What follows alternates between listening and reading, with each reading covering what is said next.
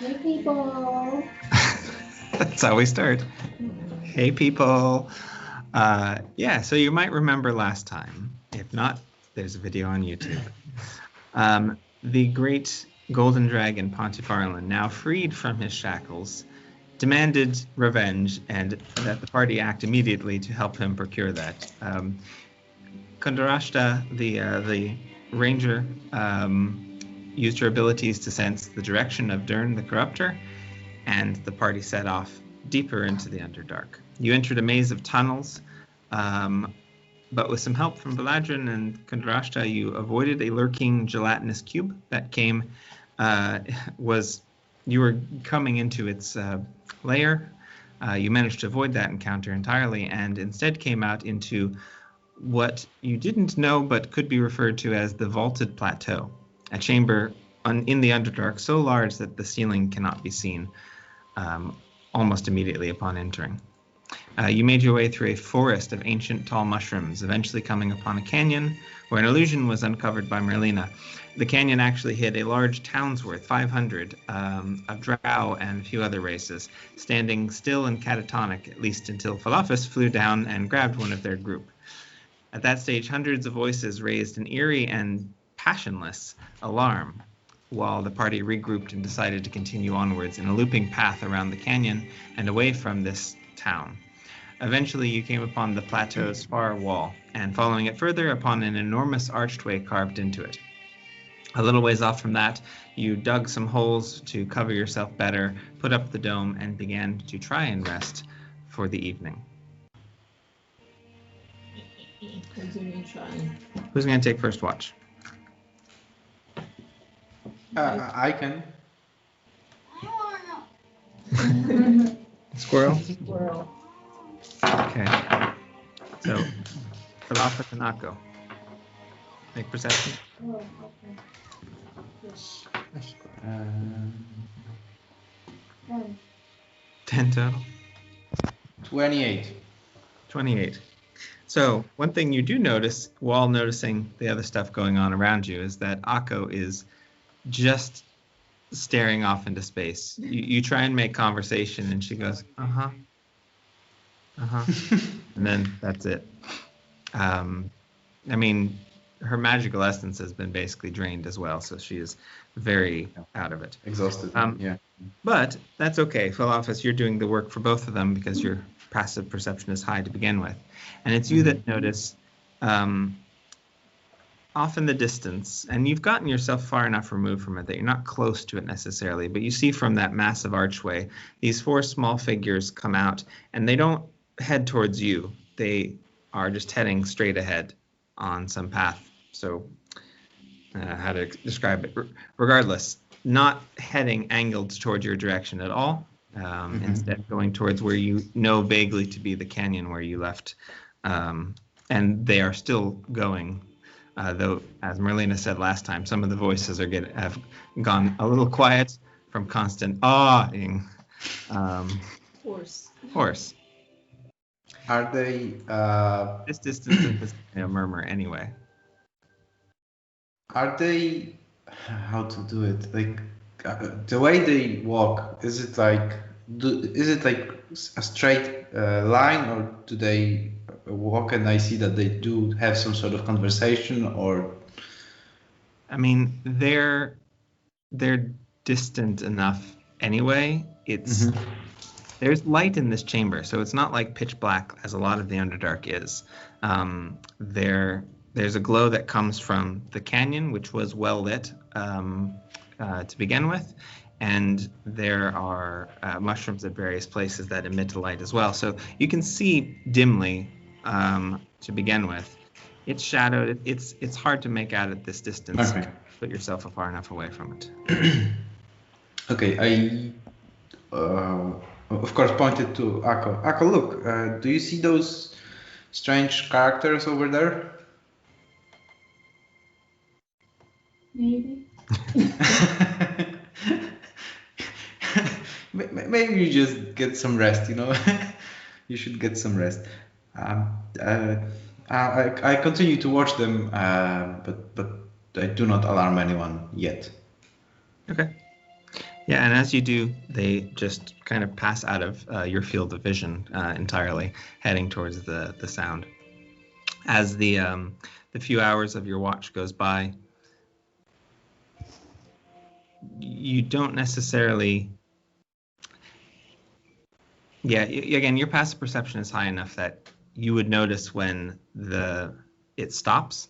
The noises that were they were low enough anyway, but the sound from them has stopped now. The voices were quiet. Okay. They reset the alarm was resetted, so fine. Yeah. Okay. Okay, who's taking second watch? Can I use the situation to talk to the time I had to talk also with with Mr. Jefferson? Yeah, definitely. Okay. So Animal before handling. that, yes, exactly. I don't mark the spell since we get. I will because we might not get the full rest. Where is this? Yeah. So, Mr. Jefferson, how are you doing? Do you have a spell to talk with them? Speak with animals. You do. Yes, I do. That's new.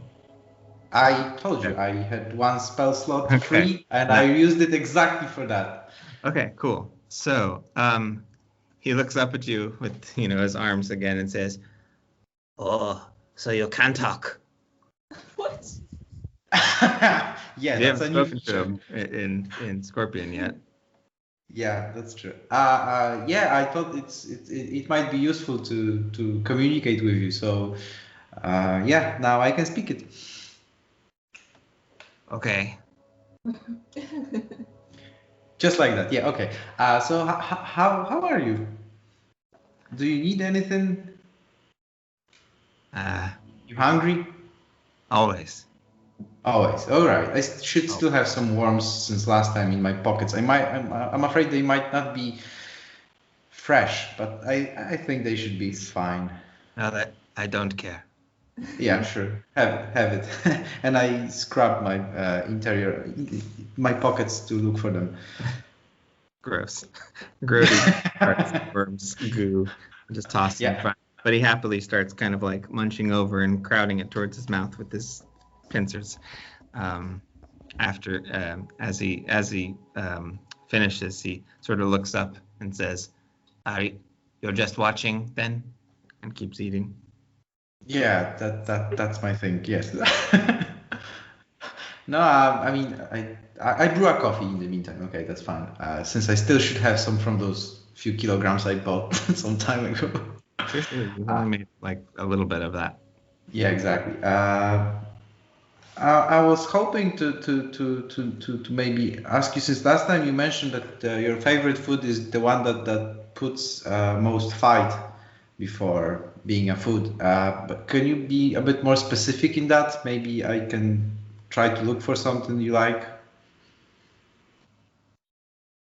Well, I don't necessarily know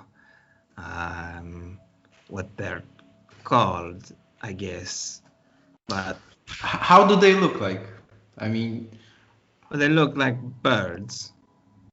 So maybe they're birds. makes sense. I'm not used to talking, but I'd say Yeah, that's what they are. I'm trying to use your language here. Sure. You know, a little bit of Italian. Hey, use his hands to talk. I see that you have some Italian roots. Yeah, I get that. Okay, birds. Okay, I'll have it on my list. If they come up any close, I'll try to get one for you. The other ones I like are the shiny fireflies. They glow a lot, and that's fun to eat. And then your mouth glows for a bit afterwards. It's Yeah, a cool feature. How do you look? Well, there's a lot of mushrooms here, you know. I never had a mushroom. I don't know. Maybe does it move a lot? No. Are there any mushrooms nearby? Maybe. Make a perception check. Sure. 19 plus 12. 31. Sure. Yeah. You spot some. You know you're. They're kind of blocked by the rocks that are on the floor of the cavern, but you notice the glow that's coming from behind the rocks, and you know that there's a patch right nearby, as opposed to the ones that are much further afield. Are we going? You also know that you can't get out of the dome. All right. So. Okay. I'll try to get some when I see. All right. In the meantime, enjoy the dead worms. Yeah. Thanks. Make an animal handling check now. Okay, so it's 8. Oh, sorry, with advantage for having actually talked and fed. It's 10, but I ask. Wait, do I have my dice? My man, 1 second. Can I use luck point here to reroll? Yeah. I will. Oh, 18. 18. Okay. Yeah. He finishes eating and says, "Look, you know, I noticed that I have to go out and do big fighting things, and it hurts a bit, but it's fun too. I'm not used to being so big, and I like it. So, you know, just saying, if you want to keep doing that, I'm okay with it." Awesome. And all that you can eat while being that big scorpion or T-Rex, it's on me. So yeah, I'm glad you like it. Yeah, that part is weird, but it's still fun. Yeah. Okay. Glad you like it. Good. Okay, so next watch, Merlina and I'm just Marlena. While switching, I obviously tell about the Sure. characters we have seen and that where they were heading and observation in regard to the sounds that they stopped when about the alarms that those people stopped screaming when they arrived there. Okay. Kundarasha offers to take the watch with you, Marlena. Right. So make a perception check.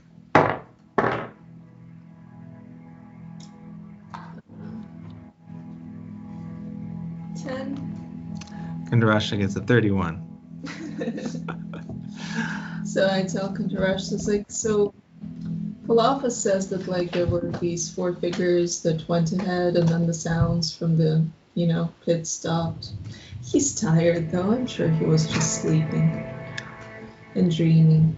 Well, I heard something of their passing already, actually. Yeah. Well, yes, I am attuned to this place. I know my way around, and the echoes, not always, but in this case, made sense. I heard when the voices stopped. Is there any way for you to tell then what kind of creatures they are? Not necessarily. I have tools for that, but my guess is that they're going to be sort of servants of kinds, lesser in nature. I think you're really right about that. It's true. I could be wrong, but we're on the cusp of the great darkness. Either they would attack us straight out if they knew we're here, or, well, I don't know. No, I think you're right. We made a good maneuver. I don't know if it worked or not, but at least it should win us some time with the idea that we left, and probably better not to stir anything up. Just keep an eye out. She kind of tugs at her kind of braided, dreadlocked a bit hair, the tusk sticking out too. She has a habit of sort of just tapping on one of the lower tusks because she's half orc. And she says, I've been grateful to have your company in this. I know I am in some ways along for the ride, but you are doing a thing to help me rescue my city, my country, yes? And I appreciate it. And I appreciate what you're doing for us too, because you're helping us find my father's friend and, in a way, save our city too. I know they're on different sides of the barrier, but I think their fates are very much intertwined with each other. Well, it seems likely since they were once unified. They were. The lands. Oh, well, yes. Well, yes. This enemy we are going up against, one, he essentially ensorcelled the entirety of our city's leadership in some way. Two, touching only briefly upon his presence, and we are much closer now, might I add, but touching briefly upon that, he is so different from us.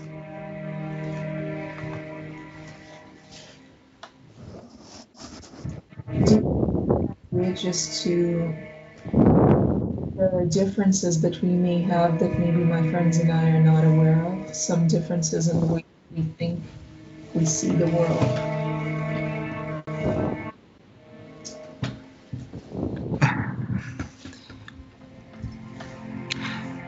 I would say if we are to attack him tomorrow, he will know that we are coming. Oh, for sure. It will be a badger in its hole, so to speak. Yeah. He will have the advantage, and, well, the only thing that I could perhaps think is that whatever his motives and motivations are, they're probably not like our own, based upon love and passion.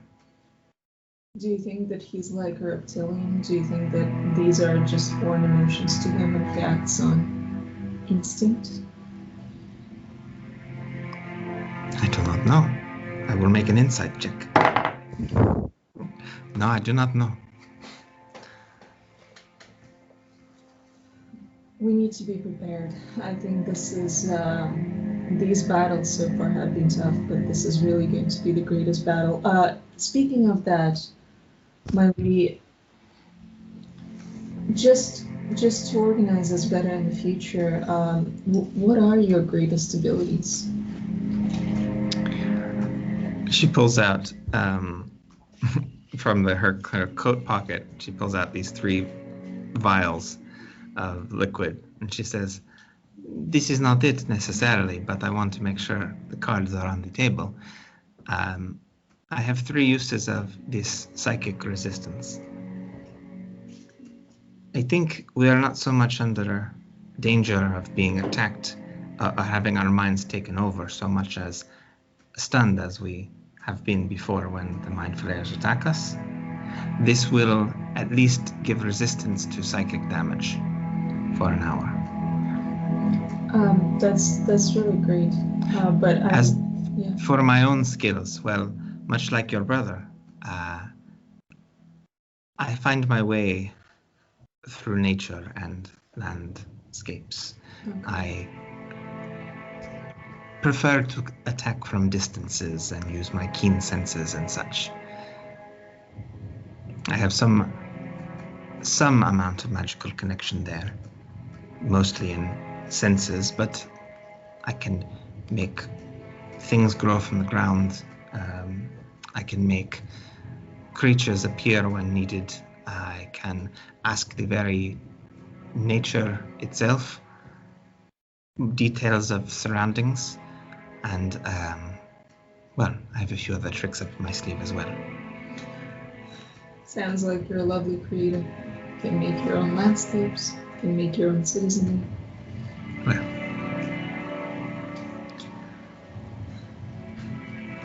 well, thank you for trusting us, Maggie. as I said, we are in this for a shared purpose, and I hope that we have good success in the morning. It's really to do. Okay. Yeah, as you're finishing up your watch, Kundarashta hasn't noticed anything in particular, so hands over. Who's taking the 3rd and final watch? Sure, I'll do it.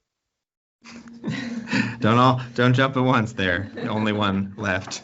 No, everyone steps backwards and Moy stays where he is. It's going to be Vlad and Keelan. Yeah, Valadrin says, sure, I will as well. So perception check first. All right.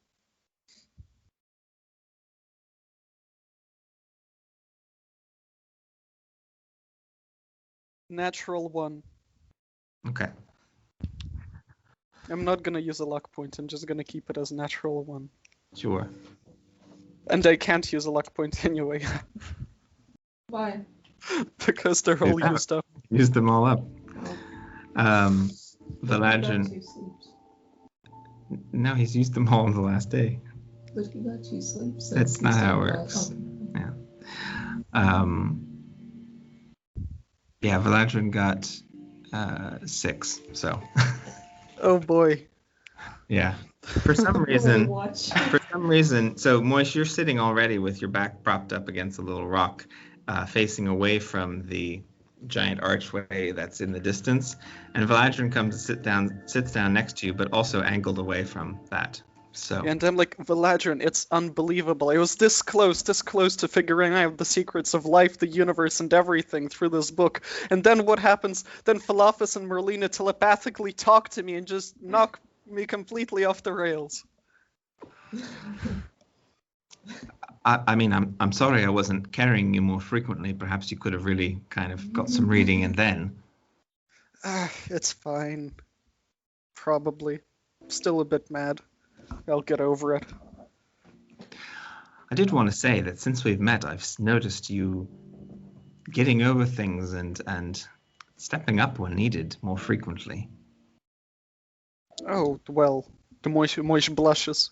Says, well, I mean, it's kind of fun being a hero and an adventurer and saving people and helping everyone. I know. I mean, when I was a soldier, when I was younger, it didn't have that feel to it, actually. You know, we fought some orcs and a few goblins, certainly. Saved some towns in that regard, but usually our commanders took all of the glory, and, you know, the goal was to get up to captain rank so that you could walk around town with a pretty girl on your arm and the off time and so on, but it just never really happened that way for me. What we're doing now has grander purpose, as you say, heroes, perhaps. But, well, I don't know. I often feel less than useful. He gestures over towards Kundarashta as well. It says, I mean, I can only aspire to be as great as her, but I've been focusing so much more on muscling up for the party. I mean, hey, I haven't exactly been contributing much on the last day as well. You know, everyone has their ups and downs.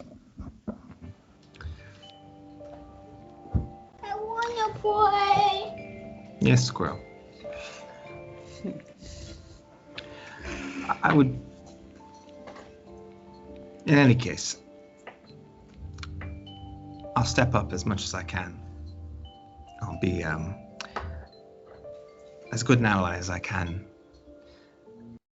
But I'm grateful we found you and brought you along for the ride. I can say that much. Thank you. Yeah, I'm glad I was brought along for the ride too. Well, technically it's you that found him, not us. You're asleep. All right, so with that, everyone can take a long rest.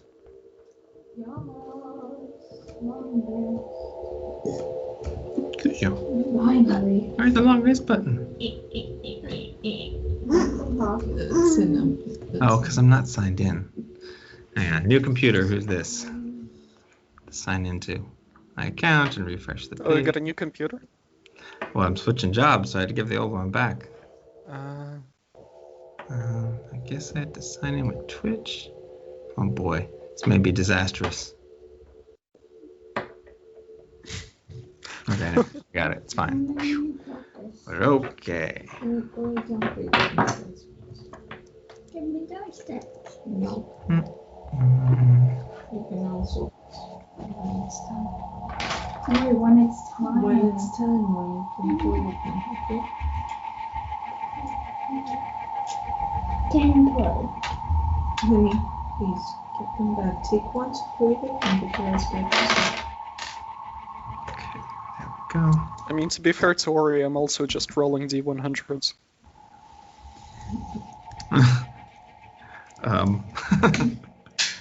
75. Yeah. 68.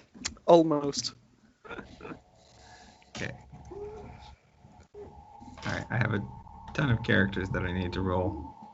Or, do long rests for. And D&D Beyond's being weird for me. Hang on. Characters. Down to Kaylin.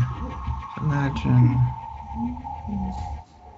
My characters. Down to Imagine. Oh, wait, Valadrin and I rolled poorly on our perception checks, but Squirrel joined us. What's her perception check? Yeah, make a perception check, Squirrel. Roll a d20. 18. 18. Yep. Okay. Yeah, Squirrel, you... I'll finish long rest for Kaylin here. So, yeah, you notice, Squirrel, that the archway itself, there is just, it's slow, it's not fast moving, but there is this kind of organic material that is coming and sort of reaching around the edges of the archway and along the floor. And you specifically are able to call Akko's attention and the group's attention to this change that they might not have noticed otherwise. Wow. Look at all that grease. Squirrel! Whoa. Calm down. Wait. Squirrel jumping up and down. This little squirrel with the cloak around her shoulders, the miniature-sized cape, and the little sword around her waist as well. You have your own little sword. It's one of those they put in the sandwiches. Right? No, he had it specifically made for her when you were in the Feywild, and now she has her own little proper sword for. Okay, I thought it was like the miniature version of Puss in Boots. It's a bit of Radagast going on there. Okay, shush. Speak with animals? Yeah. Okay. Yeah. Ori, what do you say to Akka? Squirrel? Yeah, she's cast so you can speak to her normally. So different. Things are different. The gate are different. The archway. The archway is different. What are you talking about? All of you guys. She's translating for you for the squirrel. Can you do perception check? To see if you notice what she's talking about? Sure. Yes, you do. Akko, for crying Yes, out you loud. It's fine. Not fine. I do. 21. 21. Okay. So, yeah, Akko, you do notice it and you're able to show it to the rest of the group. You kind of had to start to move over there, but that's okay. The camping part of this is done. You're up and getting ready to move back towards there. As you get closer to the archway, though, you see what Squirrel is pointing out is that same, again, fleshy, almost organic, veiny material that you saw in the Underdark previously that covered the walls in those portions. Unique to this world, this portion of the world's Underdark, has now begun to sort of creep out from within that archway. And there's little tendrils of it and folds of this grayish flesh that are sort of starting to cover the outside of the archway and along the pathway towards it as well.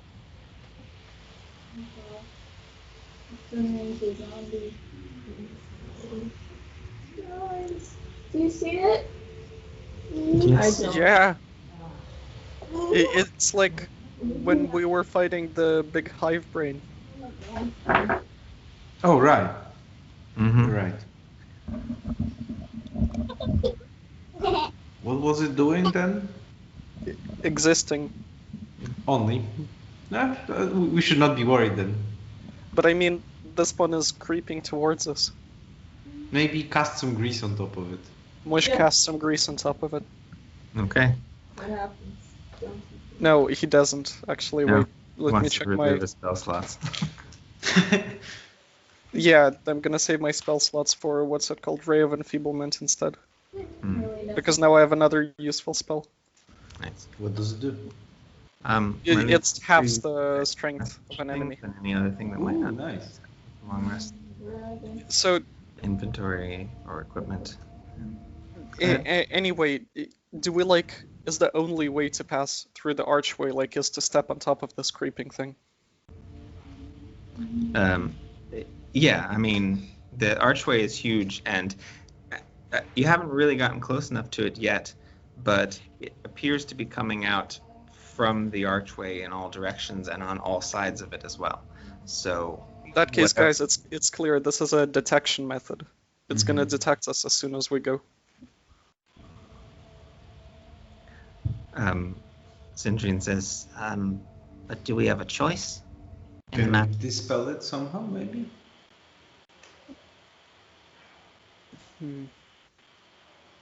I don't know why I assumed it's magical and it can be dispelled, but Okay, Falafus can turn into a pterodactyl and carry us all on his back. can I? Pterodactyls Wait. are that large. But also, Kundarashta speaks up and says, sorry, I don't think we're going to avoid detection here. Yeah, I'm Dyrn going to is... He probably already knows that we're close. Of course, not- yeah. otherwise he wouldn't be doing this, but it might also give him a false sense of security Advantage. if we do manage to sneak up on him. Because he's done this. Perhaps, but we might have to float the entire way. agree. Can we? Well, I don't know. I mean, they can. Some of you can. wait. The other ones of us that can should animate objects and hide between those objects so Dyrn can't tell which one is you. Lady Tinker says, oh, sorry, I wasn't quite paying attention, but I can. And floats a little bit above the ground. And the other ones behind her go, oh yes, us too. Oh, me too. It stands on one leg. Mm-hmm. Alright, how are we gonna go about this? Do we use our floating raid members to go scout ahead, or do we all attempt to somehow sneak in? Well, honestly, I was just gonna fly in. But do you think it detects whatever it touches only? So if I would polymorph myself into giant mammoth or anything that's huge, you could just sit on top of me and I could walk through it. I mean, okay, giant mammoth isn't something that exists here, so it's a bad example, but something big that potentially could be walking here. Like what? We haven't come across anything.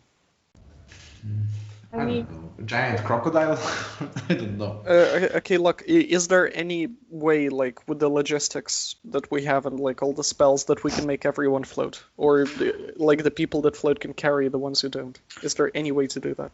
Well, me and Sindrine could potentially polymorph ourselves into giant, I don't know, hog or owl, and we could create some sort of, like, that a leaves... parachute in which you could all jump in and we could carry you. But do we have the material for that? I was gonna say, you're gonna need to carry Moish, Valadrin, Kalen, Coco, and Kundarashta, right? Yeah, something like that. Okay, so 5 people. You also have Falchion and Oh, of course. Sergeant Higgs and Corporal Carrillo. So that's 8 individuals. So 4 per creature. Well, actually, like 3.5 because Moish is really small. Can't the mind flayers also help them carry? whomever's sitting in the fabric. Yes. How many mind flare warforged are there? 4? 5? I think there's 5. I can't remember the name of the 5th one. But there's All right, let's say 5. So 5 mind flare warforged can carry 5 people. That leaves 2 individuals and a Moish. So presumably, if someone casts Fly in Valadrin can carry Moish, right? Yeah. Yeah. All right, so that leaves 2. I would say you can. Okay, You'll, how you'll about this move Falafel slower. and Hang on. They'll move slower, but each of those 5 can carry 1 person, Yeah. but it's not another Warforged because they're heavy. So Okay, like, so it makes 2 per person for us, which makes it, I think, quite legitimate to make that giant hawk can carry 2 people Can on a their giant back. hawk carry a warforged? yes. All right, in that case, there are 3 warforged. One of them gets someone cast Fly on one of them, and the other 2, like one is carried by Sindrine, one is carried by Philopus. And that's everyone not touching the ground. Unless I make... Floor is lava level expert. Yeah. Okay.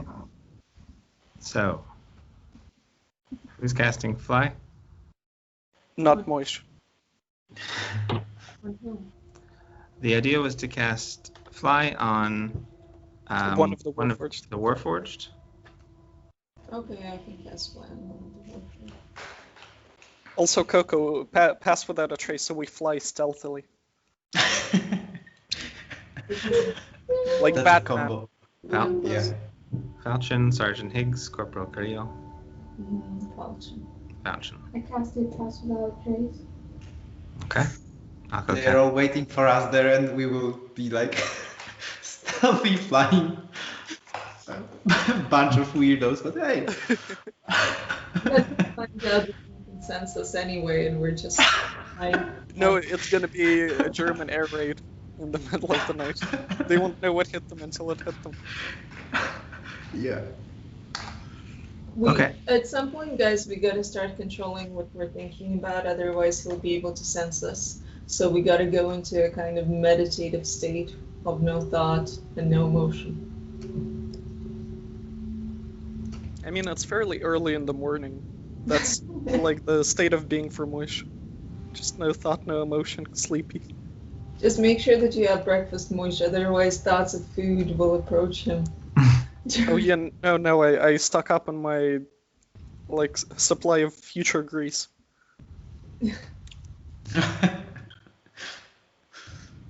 Alright, Okay. shall we cast those spells and move on? Yeah. Who's Okay. you're casting polymorph? Sindrine is casting polymorph. Green is also casting polymorph. Okay, check. Marlena, you're casting Fly. I did. Marked it off. Okay. Alco cast Pass Without a Trace. And yeah, with that, Galapis and Sindrine sort of flump, as the expression goes, into these like just giant birds that fill like they're wide. Their wingspan is almost as wide as this arch, which is already huge. So they're big things, big enough to carry. Technically, you can carry multiple people in each of the claws. It's not just one person. That being said, the Warforged that aren't flying are on the heavier side, so at least grab them and maybe Moish or something like that. You both take off into the sky or the sky of this cavern, and even going up, 150 feet to get some altitude, you're not seeing the rooftop at all yet. This is whatever this place is. It is high up there. Your eyesight is much better as well, even though it's dim, and you can see the canyon that's off in the distance that you had bypassed. You see the mushroom forests and such, but you can't see the the ceiling above you still. But you sweep around, and having that altitude gives you enough speed to grab the people that you're carrying and the rest of you begin to either fly and grab some people or float as the what we're calling now the war flayers. That sounds badass. And do Flares. totally badass. And you all, as a group, begin to, not touching the floor, move over and into the archway. Moving into the space, the light persists. There is, coming from this organic material on the walls, there is a kind of just a dull purple glow, but that gradually, because it's in so many places, permeates the whole, essentially, tunnel. You see more than you ever did before, forms of not quite bone because it's still covered by the fleshy material, but something knobby sticks out at various points, and yeah, it's weird. It feels like you're in sort of belt to get the sense of maybe a rib cage, not fully that, but then it feels like you're inside something. It remains wide. It remains also moving downwards, and using your gliding, trying to move as slowly as you can as in these hawk forms, you begin to head down towards the tunnel, or down towards the bottom of this tunnel. At a certain point, it opens up a little bit further, and there is another sort of cavernous space that carves. This one so much deeper than before. The light that goes quickly descends into darkness, and again, even with those of you that have dark vision, you can't see the bottom from here. There are these wooden bridges that go across, and those tendrils of flesh are sort of wrapping themselves around there to get from one side of this space to the other. Also, as you're drifting, sort of trying to keep a higher angle, make a stealth check, everyone, as you see two of those Dolgons, the sort of creepy, fleshy, tall ones. Second natural one in a row. I'm gonna use a luck point for that one. It's plus 10. Yeah. And it's plus 10. Okay, 9 plus 10 plus 5, 24. 24. 25. 22. 30.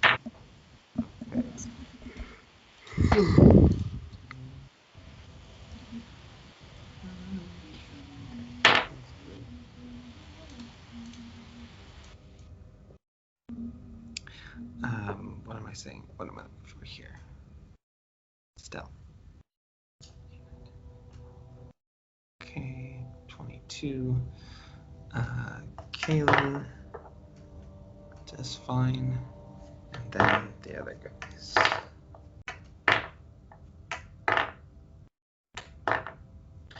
Okay. There is a moment of panic as the bigger Warforged Sergeant Higgs fumbles something that he's trying to pull from his pouch, and it drops through the air, but it goes into the cavern instead of hitting on the bridge or anything around there. And your party basically just swoops about 15 feet over the heads of these Dolgons and then past them into, again, the space narrows a little bit, and you're back into another one of these tunnels that is now curving slightly upwards. Again, still able to use your Hawk's momentum there. You do a few wing beats to let yourself pick up a little bit. At this stage, though, the walls start to narrow closer and closer, and you're having to balance the height and the altitude you're keeping and who you're carrying versus everything else. Those that are just flying or are humanoid still in size, sure, but the giant hawks are having trouble, and there's a swiftly approaching sort of end of room for them. Alright, Moish says to everyone over the radio, guys, as soon as we have to touch down, let's dash forward, like blitz, like through anyone in our path before they can properly react. Sure. Make a so Sindrian and Philophus in the giant. We can't respond, of course. Yeah. Giant hawk by the. There is no giant hawk, but we'll just use. Understands common and Auran, but can't speak. Where did you find? But what's It's for giant eagle, like Sanjuring? giant eagle, right? Yeah. Yes. But we said they were hawks, which is fine. They're approximately the same. So, yeah, you need to make what is essentially an acrobatics, or like a dexterity check. Ooh. Oh, okay. 8. I'm 7. clumsy, yeah. No. So. And of course, Moish picked Philophus's eagle. So what happens is that the eagles are both sort of going for the same point, but they're so hyper focused on that point that in midair they just kind of collide and their wings get tangled, and the momentum carries you through, but you end up breaking through this sort of last bit of the tunnel and come crashing down. That's the entrance. This space. The and rest Dyrn of is you standing right there. The rest of you up behind. You enter. Hello.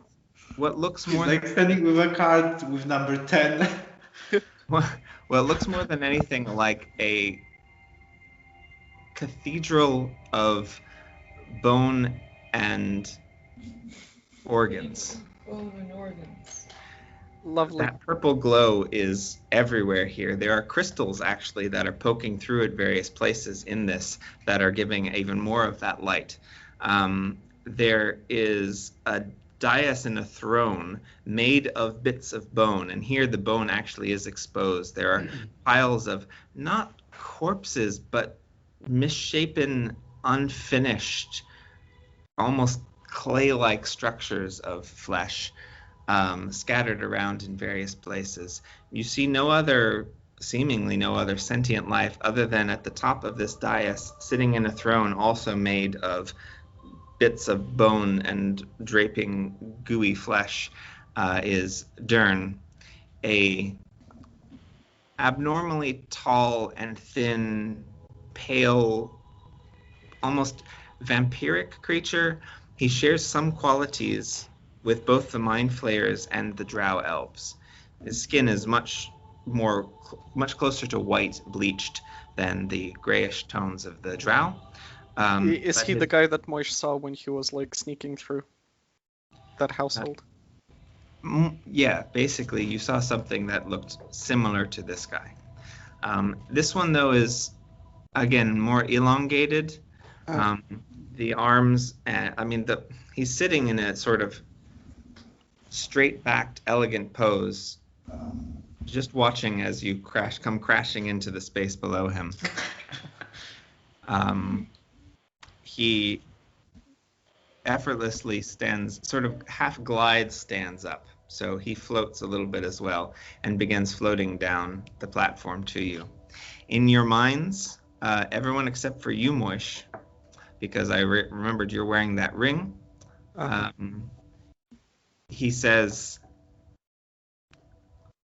"Welcome, all of you. I have expected you've been coming for some time. It's interesting to see that there are so many of you. Perhaps you will have a chance." Well, given that you're too tired to not whisper, I think we do.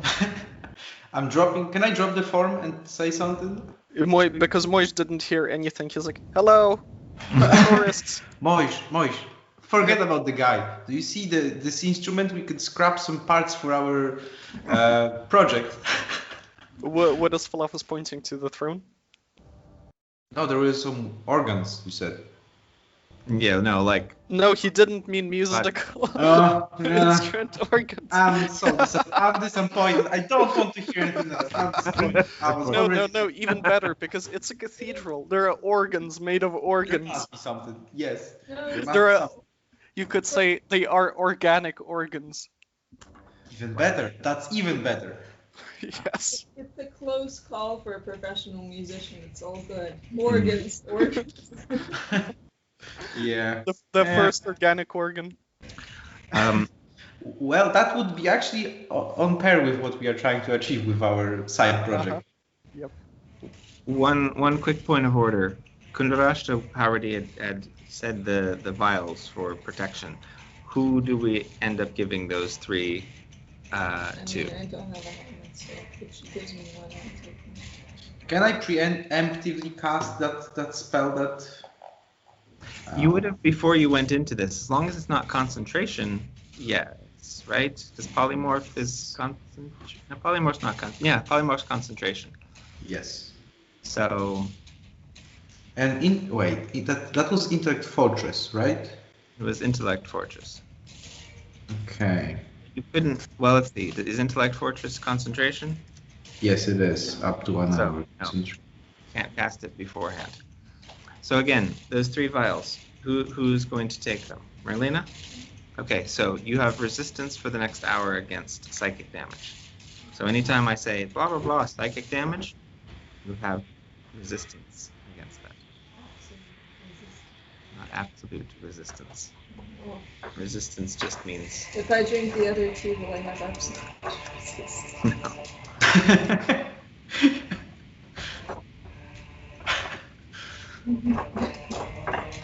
Basically, it's half damage if it's that type of damage. Okay, but who else? I mean, didn't you say I'm wearing the ring, so I don't need to? You're wearing the ring, so you have already. Well, it's different, but read your ring just so you're sure of what it does for you. It does. You're immune. Ring of my children. Spots red. Creatures can telepathically communicate with you only if you allow it. That's basically it.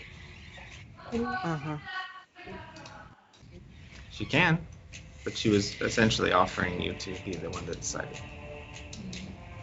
And remember the rest of our group have helmets, so maybe you can rush them. Oh, right. Well, in that case, I have to rely on my tinfoil hat while making a wisdom check, right? Yeah. Well, the tinfoil hats are protection against having your mind invaded, not necessarily psychic damage. Alright, yeah, I rolled a 9, so another luck point. What are you rolling for? The wisdom saving throw, right? No, I haven't. No one has to make a saving throw yet. Okay. Okay, so Marlena, Kundarashta, anyone else feel like they want to avail of this offered protection again? Sure. Okay. I'll go for it. All right, so Moish, Kundarashta, and Marlena are psychic damage is at half for them. Okay, so back in the moment. That is hella useful considering I have like only 40 HP at max. In this moment that Dyrn is approaching you, he rises slightly off, moves his hands to the side and says, well, let's begin then. And we should roll initiative. He does not look like he wants a hug. Oh. Does Dyrn say this telepathically? Because Moish might misinterpret it as him just, Can we reroll, use the luck point to reroll initiative? Sure. What does luck point say? And the feature itself? But I mean, why would you want to? I rolled 2. An attack roll, an ability check, or a saving throw. Oh, you can't. That's weird. Well, whatever. In that case, well, you'll have to wait. You need to engage. I literally did. That's literally where we're going. He described it for quite some time. Okay, so rolling initiative. Akko, what you got? 7. Cleric's going later is good. What? Okay. These guys will go 11. Okay. Dream is 10. That's 12. Philofus. 12. That's plus 10. Okay, Kaylin. It's 10. Oh boy. Yeah, we were dead. Yeah, we all crashed pretty badly. That's true. Makes sense, yeah. Rashta. Oh, wow. 23. Rolled a natural 20 for her. Huh. Save us all. She's ready for this fight. Okay, Merlina. 30 and 30. 30 and 19. 30 and 19. Moish. 18, 13 plus 5. Nice. Okay, Eladrin will be 16. We're actually making this whole session a really kids friendly. We are teaching them how to add like 5 plus 8. It's stuff like that. Eladrin 21, and yeah, these ones all go apparently at initiative order 8. So there we go.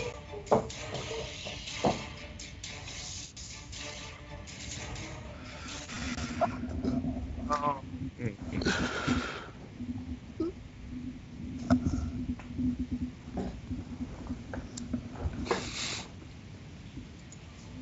quick add one thing.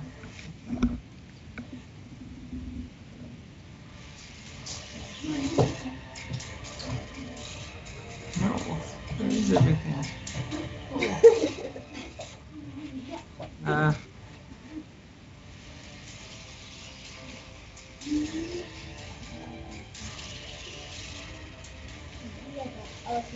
Okay, that's fine. So, Merlina, you're up first. Okay, I have been removed from the call by another participant. Well, it wasn't me. Join the call again.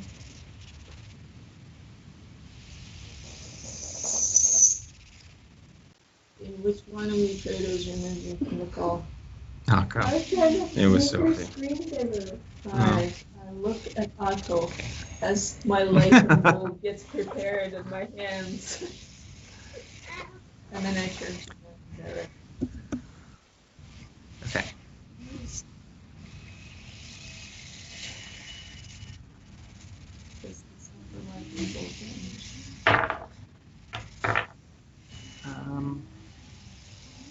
What does he need to avoid? What's the dex saving throw on your spell? 16? He makes a saving throw. Oh, okay. Okay. 38. Okay.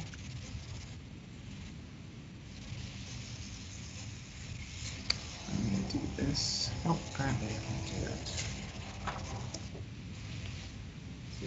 19 points of damage. Yes, it's hot. Okay, 19 points. So Merlina immediately shoots out with her first lightning bolt of the round, which strikes into Dyrn. He sort of looks down at where it grazes him, sort of directly on the chest, and gives a bit of a chuckle. I'm definitely having fun here. This is great. I'm having fun. You're having fun. You should be doing this. He uses one of his legendary actions.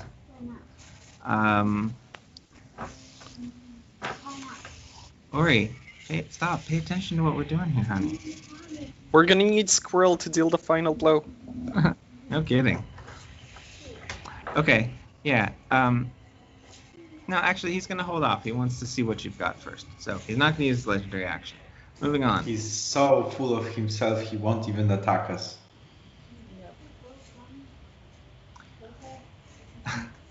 Okay.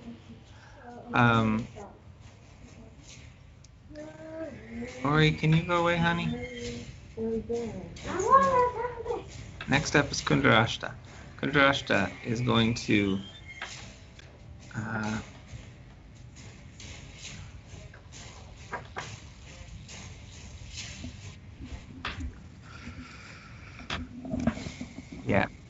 she's going to cast, just give it a try, a spell called Flame Arrows, which is going to allow her to... She sort of touches her quiver that's on her back, and now she has a whole bunch of extra arrows that she can use. As long as she maintains concentration, that deal extra fire damage. So that was her action, and then as a bonus action, she's going to hide. She tries and just positions herself behind the giant hawk. She's not sure if that actually did any good.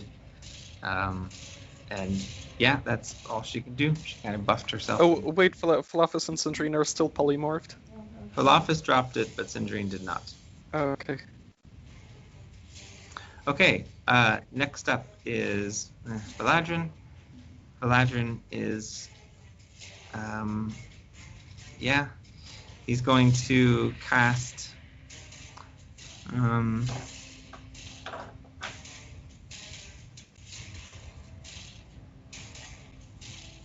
yeah, he's not going to cast anything. He's going to take out his longbow and just try and attack that way.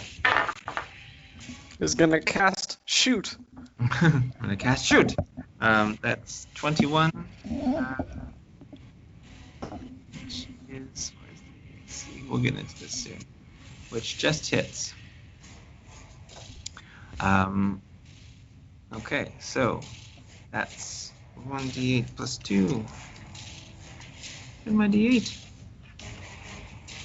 There it is. 3 points of damage as the arrow does actually pierce through Dyrn, but doesn't do much damage. It just goes through him and the wound seals up with the sizzle. It scratches him. He's going to roll again really quickly right after that, the same 21, and this time 10 points of damage. Better the second time. Okay, both of those arrows having fired off Merlina, your second turn is up. Okay, Zinzi, you better roll higher this time. I was not pleased. I rolled 2 natural ones as my first rolls this session, followed by a 6 and an 8. I think you're rolling a lot of ones because you're tired. So you're firing the lightning again? 35 points of damage. See if he does the same. 16. Let's see. He doesn't, but he's going to use a legendary resistance to make the save. Okay. What does that mean? That means he just burns one of his legendary resistances and makes the save anyway. I do not That's like the interesting. implication. Wait. One off his legendary resistances? Yeah. I caught that too, Philofus. Yeah. Okay. Sounds a bit rush for a heavy magic using party, isn't it? So 15, 16, 17. Okay. So Merlina again reaches out her hand and casts that bolt of light, which again, it should strike Dyrn directly in the chest, but this time he just sort of flickers a little bit to the side, and though it catches him, it's hard to avoid. It doesn't have as much of a forceful impact as you were hoping. He expended a little bit of effort to get out of the way, at least, but yeah, not as much as you would think. Okay, Moish, you're up next. Alright. In that case, I cast Ray of Enfeeblement on him. Because you never know, he might try punching someone. Though I doubt it, but just in case. Okay.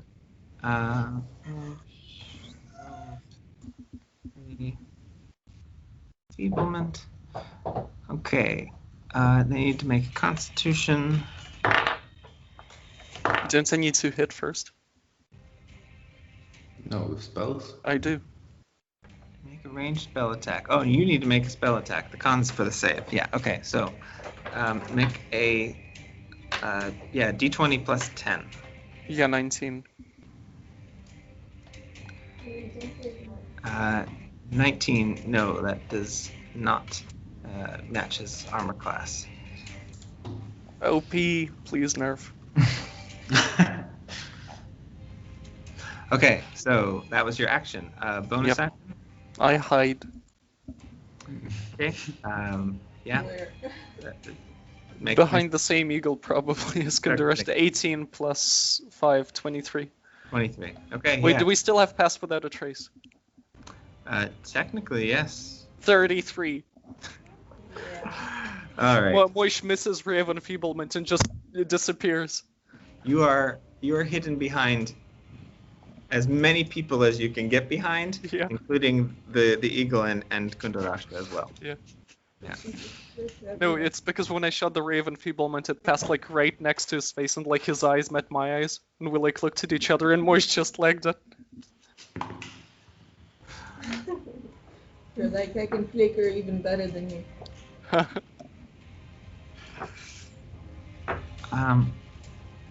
I'm missing a bunch of stuff, and I don't know what to do. I want to see all the things. Start encounter. Okay, they moved it into a separate command. Well, that's confusing. Use that. Oh no, I'm an idiot, I forgot something. What'd you forget? I can spend 1 gold coin to re-roll an attack roll. And you'll How know many next gold time. Coins do you have? 163. We'll be waiting. Okay, let me add in, what's his face?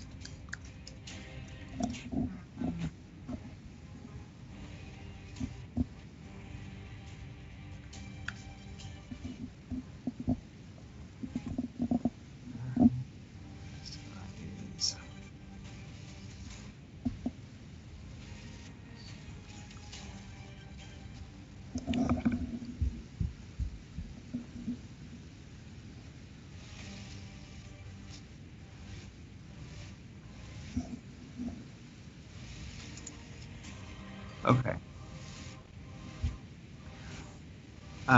Okay, so Moish, that finishes your turn, yeah? Mm-hmm. Next up is Dyrn. Dyrn is, yeah, he's going to first and foremost, he's going to spot Pontifarlin, who has been sort of carried along with you in human form as well. We totally forgot, but he's there. And he is going to, you'll see like a little twitch of emotion on his face, actually, which you get the sense that he doesn't let normally happen. It's just a twitch. His mouth doesn't move. It's just like the skin under his eye gives a kind of a twitch when he notices Pontifarlin there. And he reaches up his hand and casts a spell. I need to read how the spell works, just so I can tell.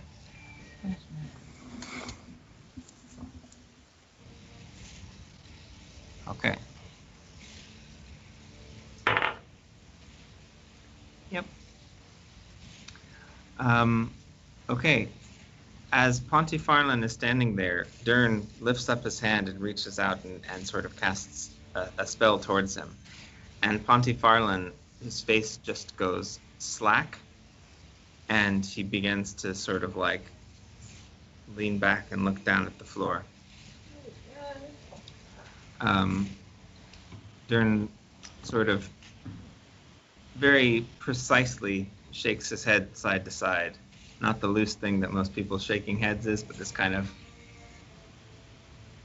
and a little kind of smile kind of creeps up on him as well. And in your thoughts, everyone except for you, Moish, here again hears, "It was not wise of you to bring him here." That was his action. As a bonus action, he is going to... Seriously, Pontifarlin doesn't have any defenses or anything? Not against that spell, which he has one of per day and has been using for the last 1,000 years. It's more, well, yeah. You're telling us Pontifarlin didn't think about this in the 24 hours since we rescued him. I mean, just because he's ancient and a dragon doesn't mean he's smart. Look on the bright He's- side. Apparently, we're not missing out on much when it comes to his health. I'll put it this way. The spell save is intelligence. All he had to, he could not save from this spell with his intelligence, even if he rolls natural 20s. We can only suspect his intelligence. It would be kind of OP to have a golden dragon on our side for the fight. That's honest opinion. So, but that expends his, essentially his turn. He's still floating up there in the air. He has used his. How far is he in regard to us, by the way?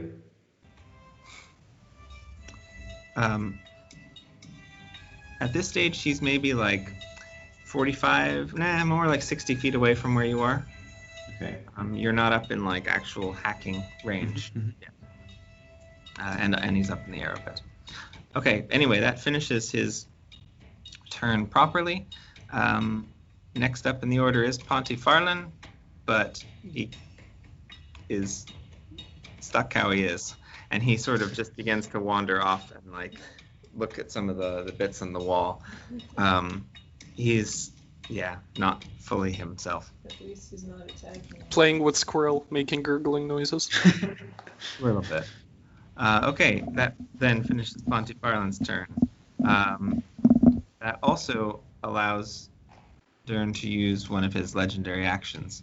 At this stage, he's going to make an attack with his tentacle whip. He's going to go against Lady Tinker first. So that is a 30 to hit, which will hit. He has the legendary actions, which he can just do at any time at the end of another creature's turn.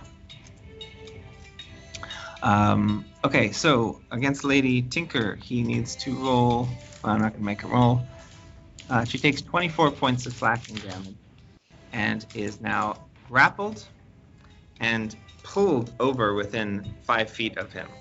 This tentacle sort of reaches out from beneath his cloak and wraps around Lady Tinker, sinking these sort of barbs into her form and then pulls her back over towards him. She needs to make an intelligence saving throw, which she does not know. She has advantage because she's a mind flayer. That's still not really high enough. So, yeah, not high enough. So she is stunned.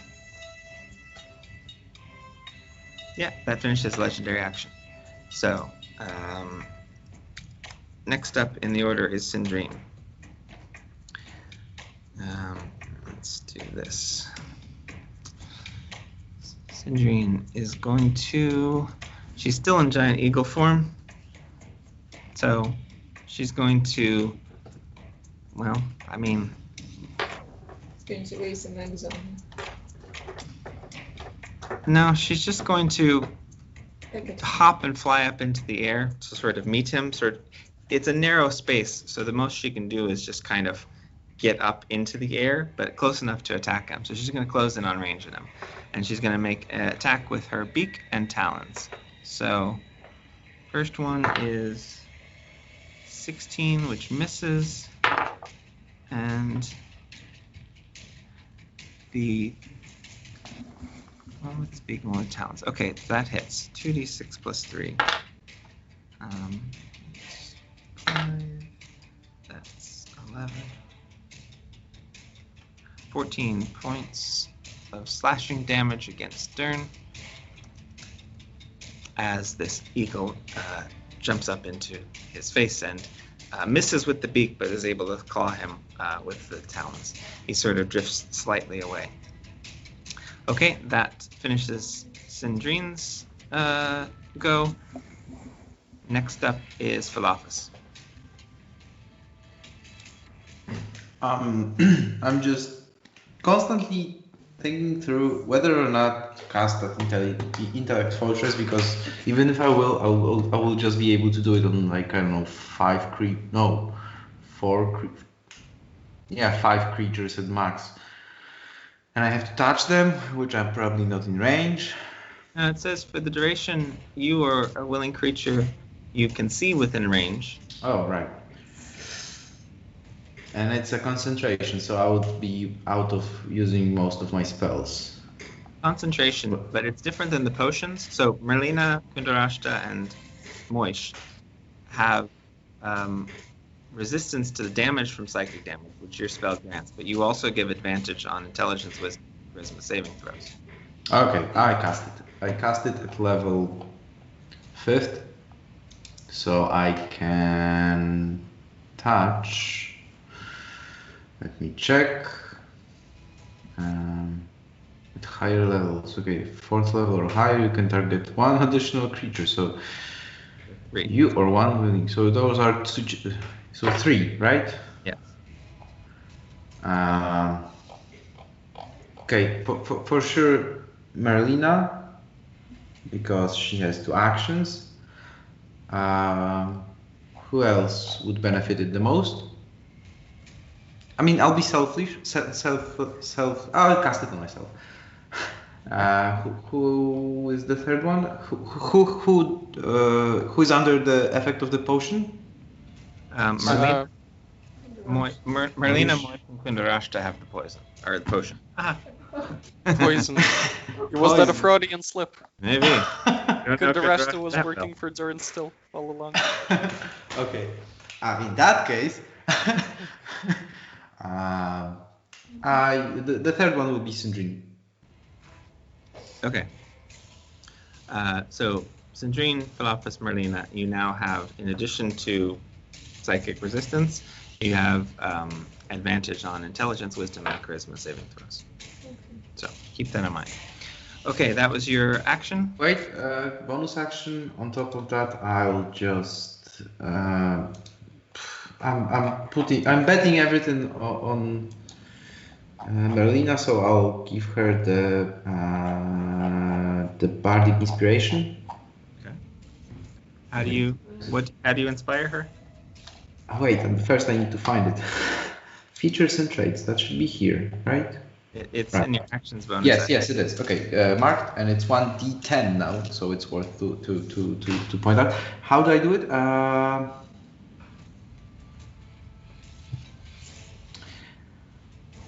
I don't know.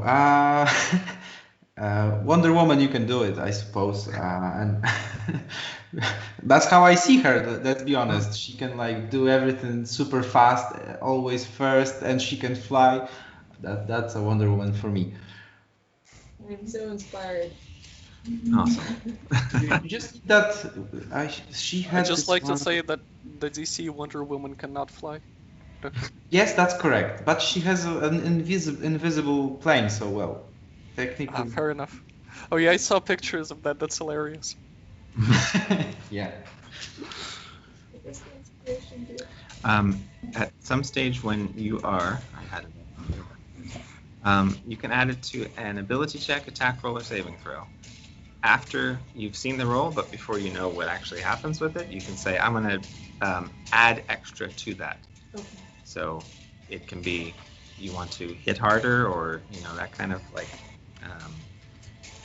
ability check, attack roll, saving throw. You can. Yeah, like if you're afraid that you rolled really low and you will be stunned or whatever, you just add 1d10 to it. Okay, good. That finishes your turn, Philophus? Yes. Okay. Dyrn is going to use another legendary action, this time to make another tentacle whip attack. He will... he's going to make it against one of the other Mind Flayers, this one, Lord Mender. He's sort of reaching and sensing for them in general. It needs to make... so it can make it an advantage. It's fine. 18. Oh no, Dyrn makes it so it was 18. Yeah, so that hits for sure. It needs to make an intelligence saving throw, which is at advantage. And that was the same thing, 18. Say it makes this. Okay, so Lord Mender is grappled and takes 24 points of slashing damage as well, the same as happened with Lady Tinker, and is pulled over within 5 feet of Dyrn. But you can see by the way he's struggling, he's not stunned. He is, still conscious and handling it. Oh boy, I'm running out of places to put notes for this. I need a scratch pad. No. Okay, I got one. Do it here. Lady Tinker. Stunned. Lord.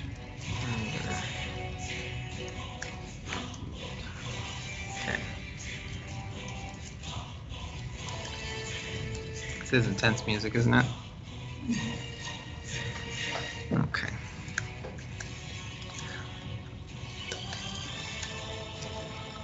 I lost, I had all these stats for the Warforged already in my thing, but it was I knew I was going to forget something when I switched computers, and this was something that was stored in Chrome's local storage for the Initiative app combat tracker. I did not end up actually saving those, so now I have to figure out how many hit points they actually have. It's so useful for the next person using their computer. No, it's wife. That'd be funny though. I've already got Warflayers. This is perfect. That's what I needed. I hopped into your account. No, That's what it says. they have 75. Oh, thank you for telling me. They're much harder. No, they're on your side. Oh, yeah. Hello. I didn't know what word for some people. Where have you been? Okay. You hungry? Yeah, hangry. Hangry. It's actually a good one. The combination of both. Mm-hmm. Hangry. Yeah, that's exactly what it is. Okay, I've almost figured it out. This goes up to 75. I think that word like describes orcs perfectly though. Hangry.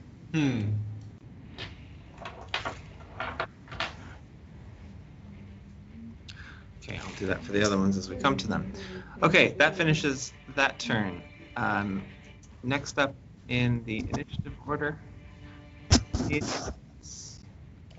Okay, the Border Patrol. Carrillo, Fauchin, and Sergeant Higgs are feeling a little out of their element, but they all three run up. They try and get close enough to get within striking distance, which they can't quite do.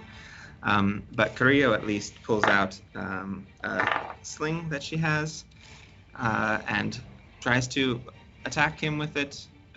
Does not actually succeed. But they're... The new condition we're going on, and they couldn't all take a sling. They do have that, but they also have to dash to get close enough to actually attack face to face. So I'm giving her that because they're a kind of troop. She can be a little bit behind the others, but they're able to sort of double dash and get up within at least 10 feet, 15 feet, which isn't close enough to strike with swords, but they're ready to attack next round. Next time round as well as Kaelin. Kaelin does the same thing, sprints forward to join them. So Kaelin is now also ready to fight the next turn. Then we have the Warflayers, as they are.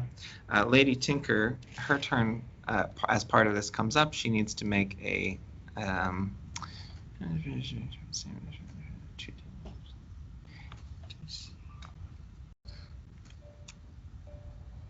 what does it say? Oh, okay. The way that the tentacle is ripped around her, she is stunned until the grapple ends. So she can't save against being stunned. So she is just stunned. She can't do anything. The other one can attempt to break out of it. So Lord Mender tries to make a DC 23, does not succeed on that strength check, so is still grappled. The other, though, Warflayers, 3 of them.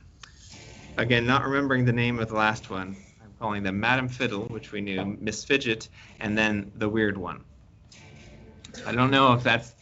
I'm probably forgetting another one. Yeah, I mean, I literally forgot all of them. I remember I tried so hard and there were such great names, and then I didn't write them down because I expected you to. But, oh well. Oh. So, these other 3 then drift forward, and they are going to... make some attacks against Dyrn. Let's see what they can do here. They can't use that. They have... Whoa.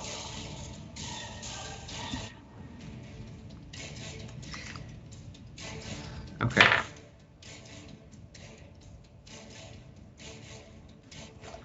One,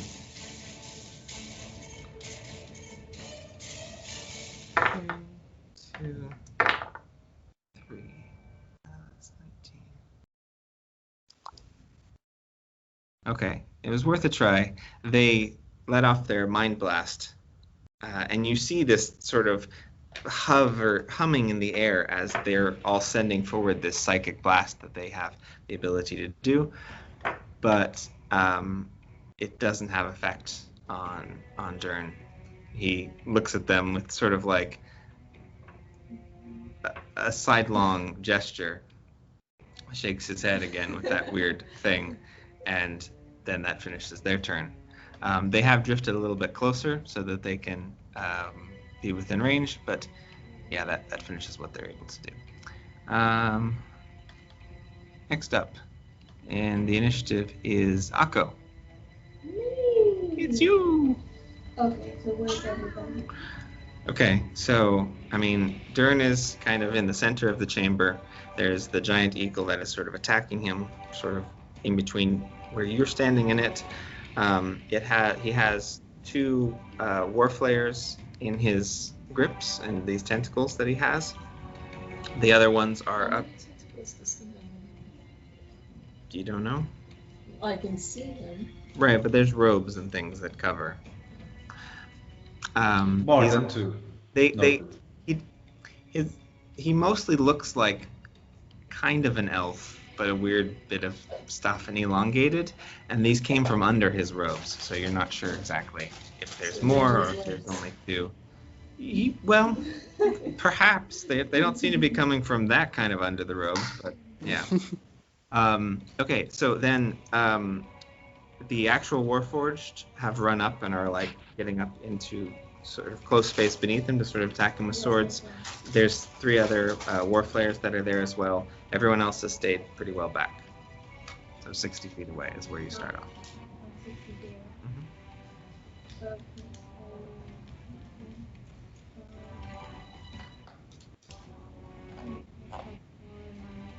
Speak up so they remember the mic's over here. Spiritual weapon is 60 feet. So if I move, like, for example, 15 or Perfect. 30 feet, Yeah. I stay 30 feet. You can, Okay, yeah. so I walk 30 feet. You don't have to do the whole 30 feet of movement either. You don't have to get that close. I cast spiritual weapon. And then With the spiritual weapon. it looks like pasta. It looks like pasta. Okay. What does it look like? Noodles, pasta. Oh, the flying spaghetti monster. Right. Just this like lump of moppy greenish noodle pasta With 2 meatballs. flows around, and it flops loosely as well. And when it smacks or tries to smack into Dyrn, there is this sense of it's going to be wet. Roll an attack. D20 plus 9.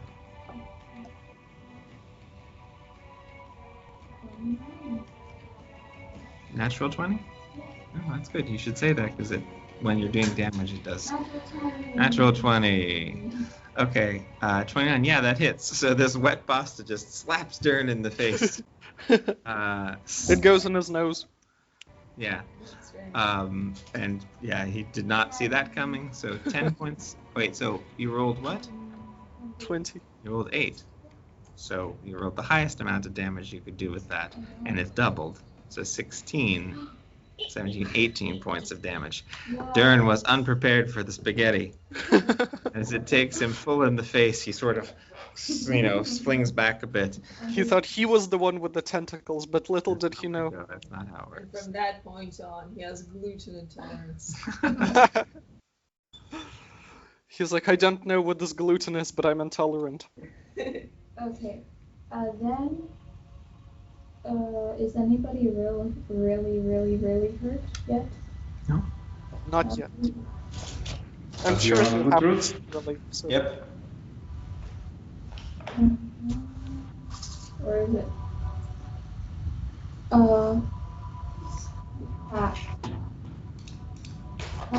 You want to try and attack him? Wait, Do you have any other? Oh, you Fang can't. I has can't cast tentacle spells, snap. like you said I can't try. You definitely can cast spells. What do you mean you can't cast spells?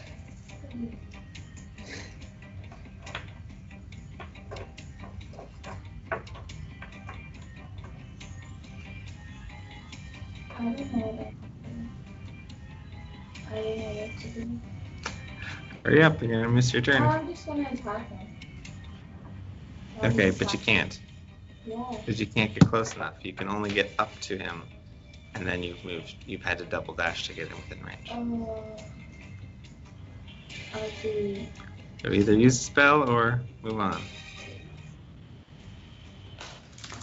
You cast your. You could do your wand. You've got your wand. Oh yeah, Okay. you can do your random wand attack. Where's my wand? It's in your equipment. Your wand of wonder. And those charges would have reset, so they should be at like no charges marked off. So I casted one. Okay, so you cast one of those, right? Yes. Okay, so roll a d100.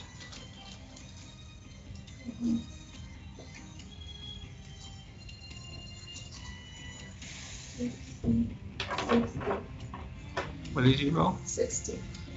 I'm just making sure. Which one is... You rolled 60 on one. Yeah. And on the other one? 66. Thank you. Okay, so that She is... summons Satan. Oh boy. Oh, Akko shrinks to half of her size again. no. She's tiny Akko. Nice. Again. Now she is Moisha's height. Sophie was playing a video game earlier where she was Princess Peach, and when she would get hit by a Goomba or whatever, she'd shrink to half size. This is what happened. Uh-huh. Now you can back and So, it's like- all right, that finishes Akko's turn. That brings us to Dyrnn's. Who's going to use? Well, he can't. He's done with his legendary actions. Well, he's not, but that's all he can do because his tentacles are big. So back to the top of the order, Merlina. Alright, so is there any way that I can lighten the bulk this guy without hitting him? I mean, I can use a sorcery point to make him take half damage. Let's see. Just want to see the range. What it says on lightning bolt. It says 10. 5 feet wide. Yeah, 10. Not really. They're within 5 feet of him. That's literally what it says. So they're in that range. Okay, can I use... I'm going to use 2 sorcery points to go double. And I'm also going to use 1 sorcery point to make sure that you get Yeah? Careful spell. 1 sorcery point to allow up to 3 creatures to automatically succeed on the saving throw. Yeah. On the spell that I cast. I'm just making sure you can... Okay. I guess...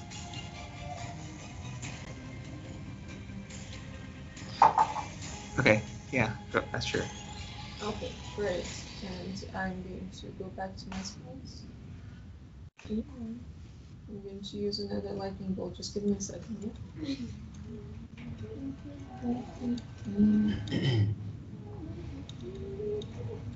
Okay, I'm casting 5th level, and I have an extra sequence to cast higher level. Okay. So then, you're able to cast lightning bolt, and you're making it so that they can succeed on the saving throw. Yeah. Okay. So it's 35 again. It keeps giving me 35 pretty much every time. Okay. So, Dyrn, who has advantage against magic, rolls 15.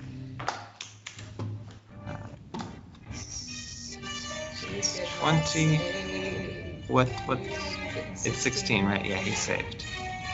20. So he takes half damage, and the other two also. Well, can't. Would normally automatically because she's stunned. But can he at least drop them because he's shocked from the damage? Yeah, I would think that would make him. Yeah, okay. I'll say so. I'll say that that kind of a damage in specific would make him break his concentration on that. Okay, so that means the stun also wears off as they both fall, but they both also take the half damage from the spell. So you said 35? Yeah, so it was 17 points of damage. I was 17 against Dyrn, and Lady Tinker, 17, and this one's 17. Okay.